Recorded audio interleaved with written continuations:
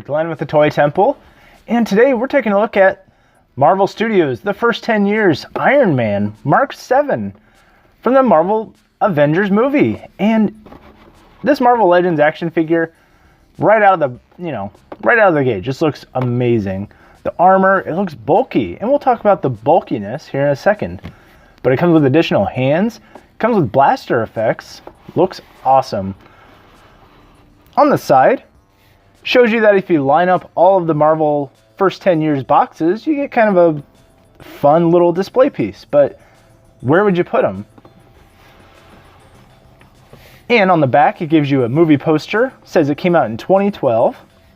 Mark 7, equipped with a mighty vibranium arc reactor and enhanced flight capabilities, the Mark 7 is a fully loaded rapid deployment suit built for heavy combat. And I remember seeing the Avengers in theaters when it first came out, and it just blew me away. Man, just seeing everybody come together, fighting giant aliens. Oh, it was awesome. And I love that the attack is still referenced in MCU movies today. So let's take a look at Iron Man, get him out of the box, and I hope you'll join me. And here's Iron Man out of the package, and he is seriously impressive. First things first, I love these shoulder pads. They go up. When you move the arm up, they're awesome. He just looks so bulky, chunky. Like he can really have some firepower and some power behind those punches. I feel as though this era of Iron Man suits is the best because it's got that... Tony's figured out the Iron Man suit. He's still perfecting it, but he's got some bulk to it. You know, he's got some firepower. It's just... This is almost the perfect version of the Iron Man suit. Almost. Here's the Mark 50. And while this isn't completely screen accurate, you just kind of lose some of the coolness when you go too sleek with it. And I think that was my major problem with this one, is that it just didn't feel chunky enough. And yeah, I know it's the nanotech that makes it so smooth, you know, it comes out of his skin, but this Iron Man, it just looks like he can really kick some butt. Paint-wise on this, a few imperfections here and there. You've got some gold mixed in with the red in places, especially down here. The red just starts to seep into that thigh with the silver. And the gold kind of creeps up into that silver area as well. And, you know, it's little things like that that are really not detracting from the figure at all. But the paint is just a little sloppy. Articulation-wise, he's got head movement in every which way, thanks to that ball and socket. His arms go 360, thanks to these little shoulder pads. He's got bicep swivel. He's got double jointed elbows. His wrists go 360 all the way around. No hinge on this hand, but on the fist, there is a hinge. Torso movement, and you can kind of tilt it just a little. He's got thigh swivel all the way around. Leg movement at the hip. Double jointed knees. Love those. His ankles go up and down, and they pivot. So a wide range of articulation for this Iron Man, which is seriously impressive. Oh my gosh, look at the back. Look at that. It expands out.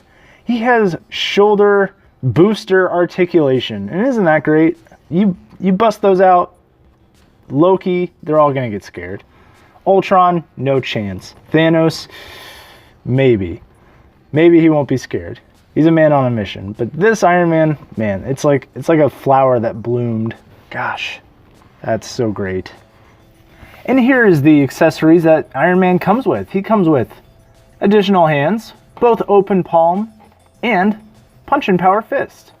Now the open palm, they do not have a hinge right here, so be careful of that peg.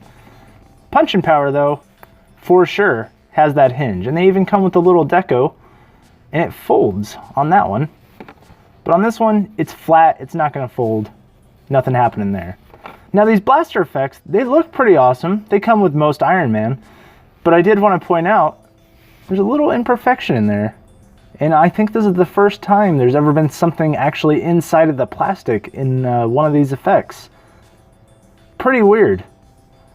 It reminds me of Jurassic Park, you know, the amber with the mosquito inside. I think that's what's happening here. We did it. We can resurrect dinosaurs now. And with those blaster effects, you can either put them at the base of the foot or in the palm of the hand and make him, you know, shoot at some bad guys or just blast off into outer space. Iron Man debuted in Tales of Suspense number 39, and you know, he was always kind of a C or B list superhero, at least when I read. He was a founding Avenger, you know, very first Avengers comic book, but seeing what he's become today, pretty awesome. And I think it's a very big compliment to Marvel, to Disney, that they've taken such a B or C list hero and made him into this multi-billion-dollar action star. And I know Robert Downey Jr. had a lot to do with it. The portrayal of Tony Stark, the mannerisms, the snarkiness, the sarcasm, the quips, the one-liners, he was there for it all. And it took a lot for him to do it. He had his own road to redemption, much like Iron Man. And here's your size comparison between the Mark 7 and the Mark 50. And I know the Mark 50 can do this, but this Iron Man has it easily beat. No ab crunch, no nothing. It's just, you know, it's dinky. Let's get him out of here. What I did want to show during the size comparison is my own custom Iron Man Mark 7. Introducing the Mark 7 Centurion. And yeah, I just kind of took a silver paint pen and kind of did it my own. Looks pretty decent, at least I think so. And I just kind of went around the edges here and there and just...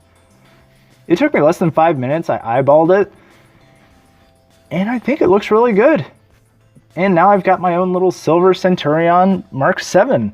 And I'm not saying the paint job is superbly terrible on this. I just, you know, I found another one for super cheap and I just kind of dolled it up with my own special version. So yeah, obviously these two size pretty well because it's the exact same action figure. And yeah, I just went around, turned all the gold to silver, and it turned out, I think, very well. So what do I think about Iron Man? I think it's a great figure.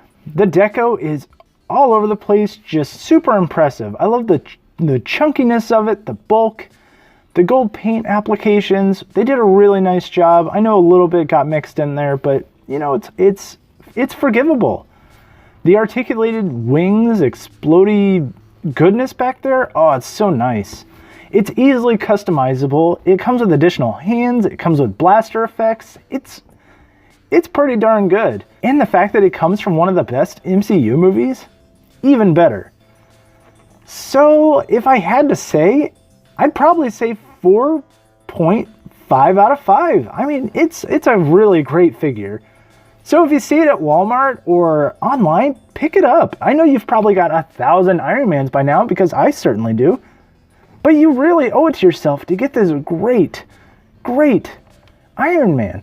And if you don't collect MCU, at least get it for your Hall of Armors. So with that, thank you very much for watching. Hit like, share, subscribe. Check us out on Instagram and Twitter at The Toy Temple.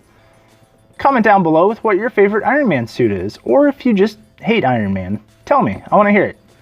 And remember, you're never too old to enjoy the things you love.